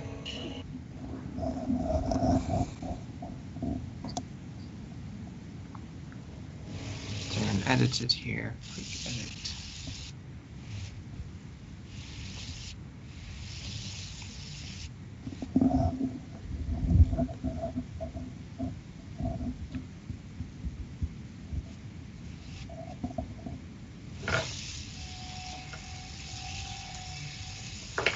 Okay, cool. I have to stop doing that up in the toolbar.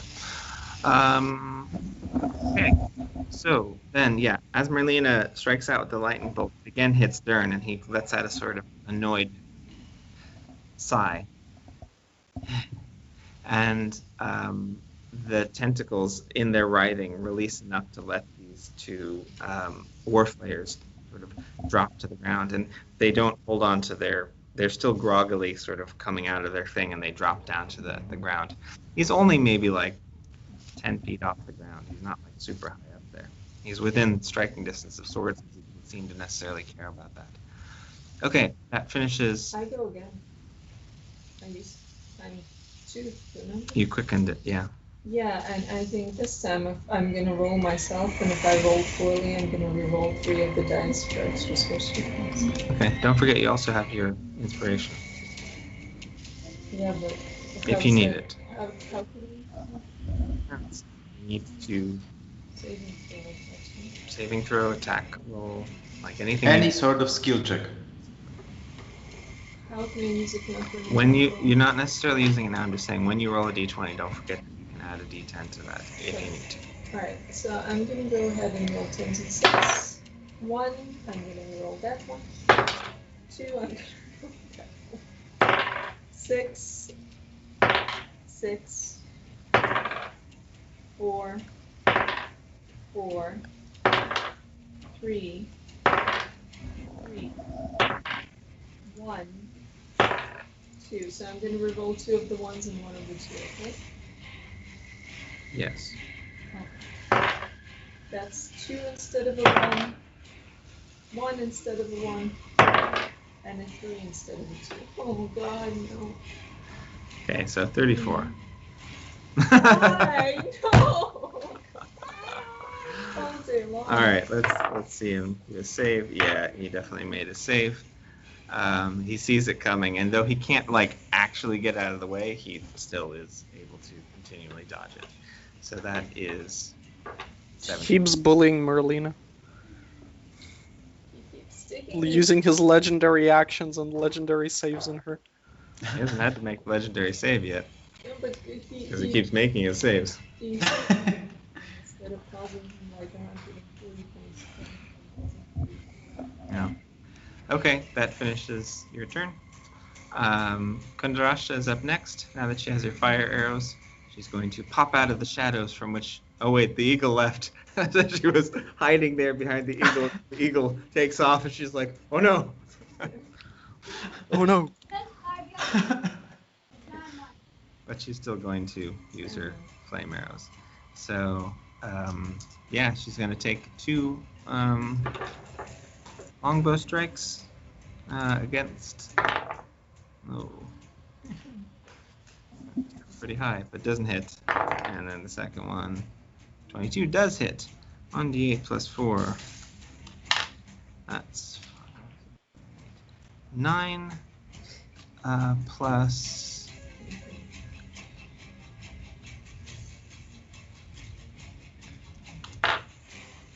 11. It's not very much. Rangers are underpowered. Yeah. We are just warming up. Yeah. Anyway, this flaming arrow goes and shoots past Dyrnn's head, and she sort of curses and re-aims, and it takes him in the shoulder, and it just kind of sticks in there, the flame sort of cauterizing the wound instantly, and then, yeah, that's all. A little bit of extra damage on them. That finishes her turn. Let me see if she has a bonus action. Bonus action. No, that was her bonus action to do the 2 arrows. So, that finishes her turn. Next up is Valadrin. Valadrin is going to just yet again check his spells. If there's anything he can do that's helpful. Not really, so he's going to... Oh, wait.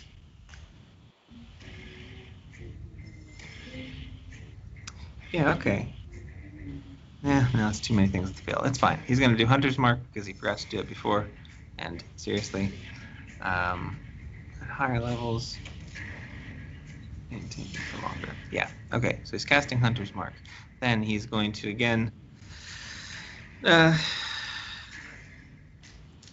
take his longbow.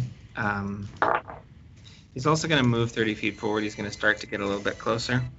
That's 18. That doesn't hit. But he gets 2 attacks. That second one hits. 1d8 plus 2. That's 4, 5, 6 plus the Hunter's Mark. 6. 8. 8 points of damage. We're going to win. I can sense it. As another arrow takes Dyrrn. But Valadrin has moved a little bit closer, so he could potentially attack with a sword on the next round. He's just setting himself up. Okay. That finishes Valadrin's turn. What about Kalen? Yeah. Kalen had gone and he ran up with the War Flares. He comes right after them in the order. So, yeah, he's also within sword striking kind of range. Okay.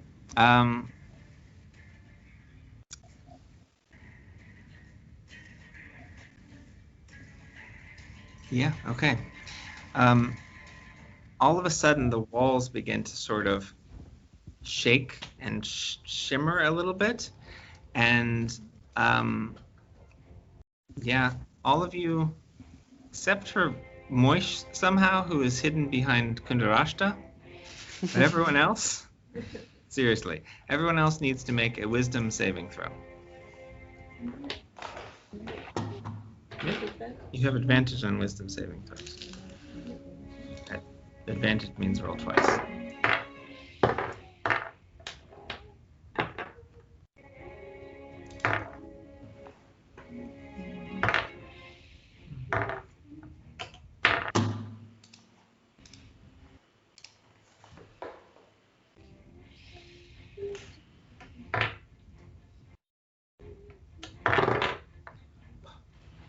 Okay, well, that's it for those ones.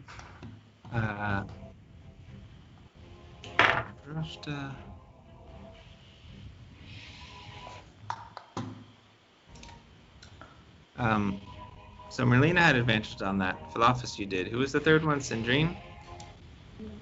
I also have an advantage, right? So Okay. I'll roll a second time.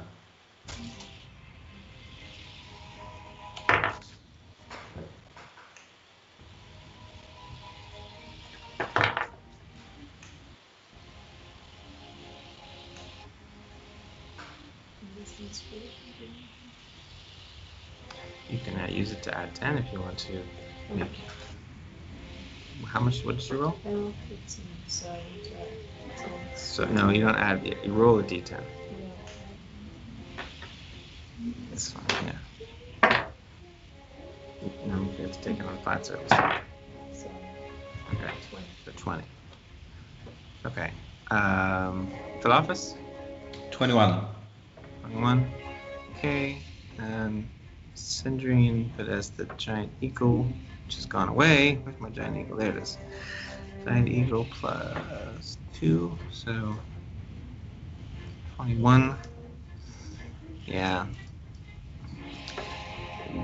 I think no one has gotten higher than a 23. Akko, what did you roll? Oh, come on! This is bad. This is a tough fight. 21? Yeah, not high enough. Okay. 23. Higher than a 23. 23. I This couldn't even roll it. The tough fight. Okay, and this is the layer action. So as the walls are sort of shaking, you begin to feel like this pain in your head. And you take 26 points of psychic damage. So if you have resistance to psychic damage, that's 13 points. Keep that in mind. Yeah, 13. 13 with resistance. They would have given you advantage on the wisdom saving throws. Remember we said it was that? So then Sophie would have passed. Would she have? Roll again, please. No. No, you're I d20. think I roll a 20. No? That won't work. Exactly. You don't have +3 wisdom. No, I have +2. Moish debated it because it literally says that Dyrn can see. Sneaky little. He'll see you. I might not have a No. lot of wisdom as a stat, but I was wise enough to see this coming. Mhm. Oh, wait. With resistance, it's 13, right? Correct. 13 points. Good. And Just wait. Just one question. Sorry, out of topic. My mantle is still on our friend dragon, right? correct. Good. I mean, not good, but good. Yeah. Yeah, but correct. That is where your mantle of boldness is. Okay, so 20. yeah, you're fine. So you took the damage. You wrote that down, right? So 13 points. Sindrine needs to take the. No, she's resistant because of that. So she takes 13. Kandarasha's resistant, so she takes 13. Galadrin is not, so he takes 26.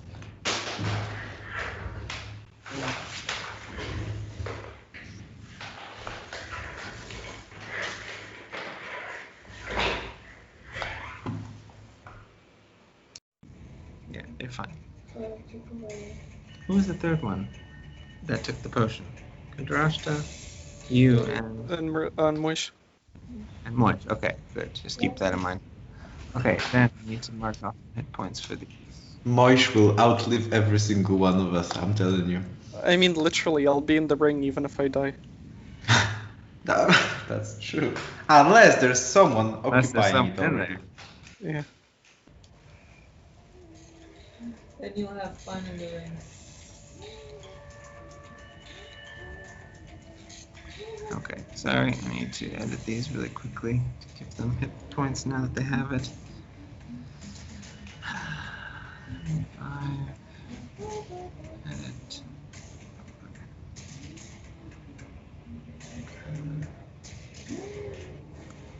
Here, that's that point. 75. Okay, the other thing you need to do is your intelligence is temporarily reduced by 2 Okay. to all of you that got hit with this. Okay. So what you have to do in order to do this is click on the word intelligence Yeah. and then type, I think you have to type -2 into the box. When I click on it, I roll the dice. No, don't click on the +1, click on the word intelligence. Mm-hmm. And then it'll say other modifier and put minus. Got it. Did you do that? Oh, I don't know. Okay. That's because yeah. But it's wait, what? I'll remind you guys that. Can a modifier make it that it's -1, or is it only up to 0? No, it could be So- -1. No, but I had it. Wait. Yeah, right. I can't count. Yeah, -2. Yeah, the Ladrin's getting dumber by the second. So go check out the landscape too. And- Our golden dragon. And Moisha's fine. Moisha's nothing wrong. Everyone else just kind of gets the. You know, this reminds me of that burning house meme where Moisha's like, "This is fine." This is fine. Yeah, it does feel like there's flames, even though there's no flames. It's goo and organs instead. Yeah, other modifiers, -2. Edit this. Why am I at 0 with -2? I don't get it. I had +1. When I added modifiers -2, it's 0. Yeah, it takes away only one. It's just how it works. Because there's some formula. There's- Okay. Something. Yeah, that's true.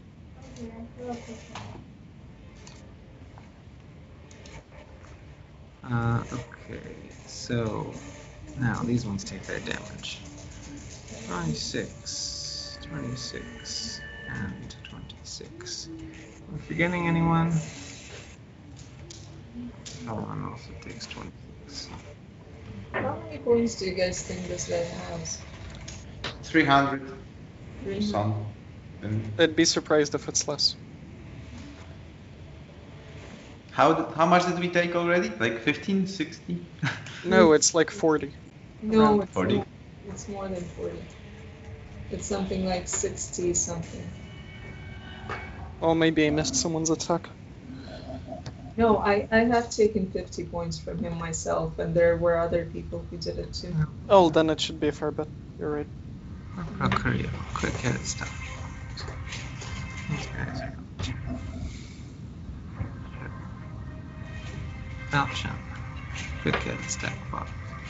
GM, does he look at least a little bit warned off by our attacks? Like, It's hard to tell, because most of them have been, I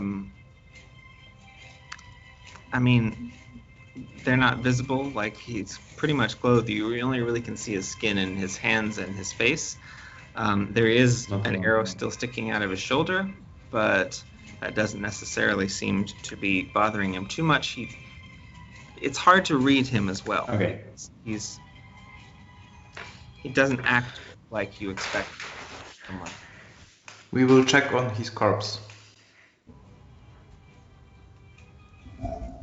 Okay, there. Finally got everyone sorted from that. Okay, so then that finishes the layer action. Moving on in the initiative order, it is Marlena's next turn.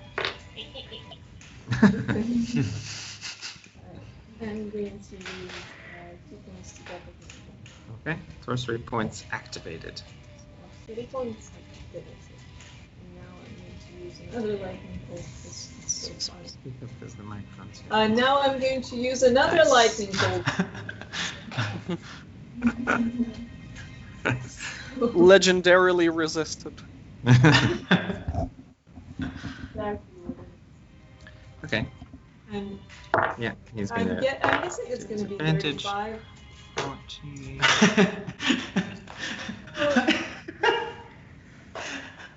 Worse and worse every single time. Yeah. Okay, so 15 points. I look at him victoriously. He's like, are they even trying at this point? Okay. He is like, well done, Rangers of Power. You made me use 10% of my power. Exactly. Okay, Moist, you're up next. Man. Oh, wait, sorry. You quickened it. I thought Yes, I have another lightning bolt. you used it to recover. Lightning bolt. Another lightning bolt? Another lightning bolt. Okay. Yeah, he 30! saves. It's a bottom cap, you can't roll lower. Yeah. And I give him another victorious look. Okay. At this stage, he is just staring directly at you, though, Merlina. And he looks sort of down at like where all the scorch marks have kind of appeared on the robes, Oh, man. and he looks back up. His tentacles start to sort of like reach out again as well. I give him a winning smile and I do that knight in shining armor here. Okay. Good free action. Anything else? No. No? No. Okay. Moish, you're up now. Next. Alright, gonna try Ray of Enfeeblement again. Okay. So D20 plus your spell attack. Plus 10. Alright, 4. I'm gonna spend 1 gold coin to reroll my attack. It's worth it. Let me subtract it. Move. Philopus, please make a Constitution saving throw. Alright, it's a 5, so I'm gonna spend a luck point. Okay. It's a 4. What were you were maintaining concentration on Intellect Fortress, correct? That spell now dropped. Maybe I'll okay. Well, If it's okay, I could reroll it, but if you said it already, then it's said it. You said it, right? I mean, no, it's up to you. If you Okay, I'll try to reroll it. Yeah. I got a 17 this time, plus 10, 27. 27 hits. That was Okay. Constitution. Until the end of his next turn, he has half strength. And then he can only try to make a Constitution save. Okay. Oh, I forgot to press cast there. Enfeeblement. Okay. Saving throw. Oh, okay. I'll add. Okay, I'm using my last bardic inspiration because I rolled 10, and so 10 plus 1d10. I missed this. What is Philopus rolling?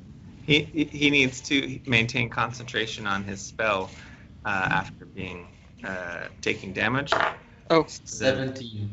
And the Rashta, but she does. Her arrows are still flaming. okay. 17. Yes. Yeah, that's enough. It's just you have to beat a 12 when you're maintaining concentration. Okay, so yeah, you maintained Intellect Fortress, so if that comes up. Okay, so Moish, anything else you want to do on your turn? Well, I hide again. Okay, make a stealth check. There's less people to hide behind than there were before. Natural 1. Natural 1. Yeah. How do you roll them so often? This is the worst day for rolls that I've had since we started this campaign. How do you roll them? It's this. Dyrn is just glaring at Merlina, even as your ray of enfeeblement takes him, and he sort of like twitches a little bit. He's still staring at Merlina, and Moish, you run over and hide behind Merlina. Yes, that's perfect. Okay. I'm not Good. I'm not even going to use a luck point to re-roll that now because that is perfect. Okay. Sounds like real life too. It's a good thing you're behind her, not in front. You could always mess that up, right? That's true. Yeah, you did better. You know, rogues, man. Okay. It's the start of his turn. He is going to recover 20 hit points. You see the arrow basically just kind of slide out and plop out to the ground as How did that I see this coming? heals over. 20. Okay. That's not that much. Where's food, guys? Can you remind us what is currently happening to our golden dragon friend? He's pottering around over in the corner. He's sort of like touching the walls. Also, can you He is licking the fungus. And he's licking the organs. The thing you did before is possible. Your greater restoration. Okay, so that's the start of his turn. Then for his turn, he's going to properly do a thing. What does he want to do? Yeah, Merlina, he's pissed at you because you've been hitting him with lightning. So he's going to make a tentacle attack against you. That is 28 to hit. That hits, yeah? It's Okay, so 24 points of slashing damage as this tentacle sort of wraps around part of you and even your neck, and it has barbs in. You take a heavy amount of damage off of that, and now you are grappled and pulled over towards him. You're now like 5 feet away from him, and you need to make an intelligence saving throw. With advantage. I With still have advantage, he kept that up, and you can add. -2. So roll again. Okay. And then you can. Did you already use your plus 10 D10 No. die? No, you did. Remember the inspiration he gave you. Okay, so you rolled 12, and then that's why I wanted you to change it manually because it's not 10. necessarily. Well, 11. I'm just gonna edit this for you so I can see what it actually would be. Minus 2. Oop, I can't edit it for you. Okay, so you're stunned. Until the grapple is broken, Merlin, you're stunned, and you can't break out of that. And Moish, I'm sorry, but you're making side right in front of him now. Moish all of a sudden, Merlin is whipped away from him. And in the spotlight. You're like, Okay, spotting you there, actually, Moish, in that open space, he's going to use an action he has called Corruption. Make a Constitution saving throw. That's even worse than wisdom. 2 actions as part of his turn. 4 minus 2, 2. Man, stop rolling those. Okay, first off, you take 22 points of necrotic damage. Are you still alive?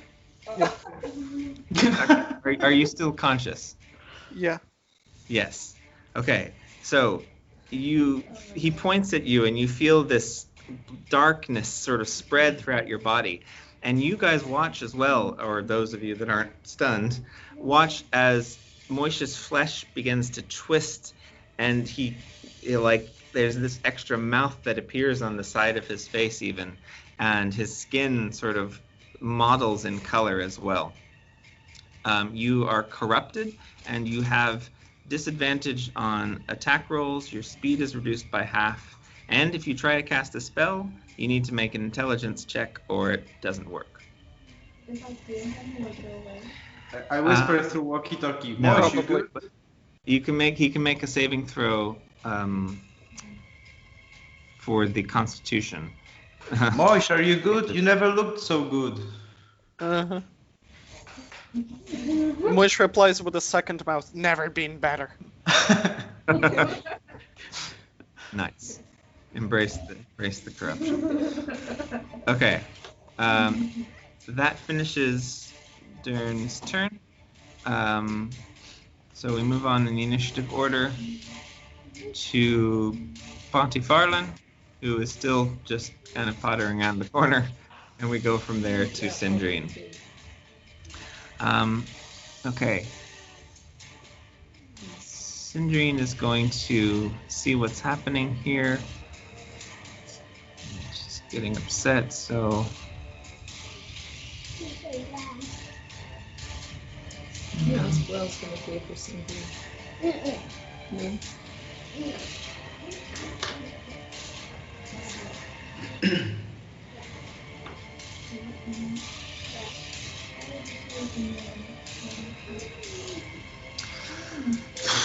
I think she would still try and do this. She's going to try and do this. She's going to drop her polymorph in sort of midair, and she's going to grab on, and at the very least, even though she's going to try and hold on, she's going to touch Dyrn. Oh, this she doesn't really need to. Regardless, she's going to try and grapple onto him to see if she can do so, and maybe start to drag him down, and she's going to cast Banishment. So she casts the spell, and I will mark that as cast. He needs to make a charisma saving throw.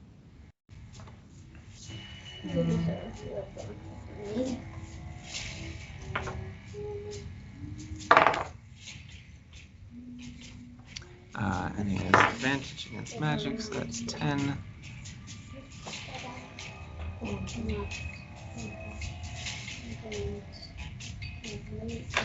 Okay. He's Sindri banished. screams through the air, so she's coming from the eagle into herself, and she's sort of whipping down towards you, Merlina, in an attempt to sort of save you. She screams out this thing, and this little force of dark energy sort of takes Dyrrn in the back of the head, and he blinks out of existence, and you and her tumble down to the floor. She stands up quickly, is still in her turn, and says, that's only going to last about 60 seconds, so let's have... Cleanse that hobo licking mushrooms. some sort of a plan. We've got... Essentially, you have 10 rounds of combat. So 10 rounds to do things. Sindri finishing her turn, it would be Philophis's turn. Okay, so I'll try to run to get my mantle back, because apparently... But you know Oh, that you no. have to take a short rest to use it. Oh, right, I forgot about that. In that case... Really quickly, it's after 9. Do we want to pause here and pick up again next time? Yes. I would say we're maybe halfway through, if that. Yeah. Okay, good. That was fun. Thanks. Still in a moment of danger. What are you doing? We're going for the TikTok crowd there. That's what it is. Boys, you have a week to practice your roles. Right. Okay. Bye. Yeah, thanks for watching.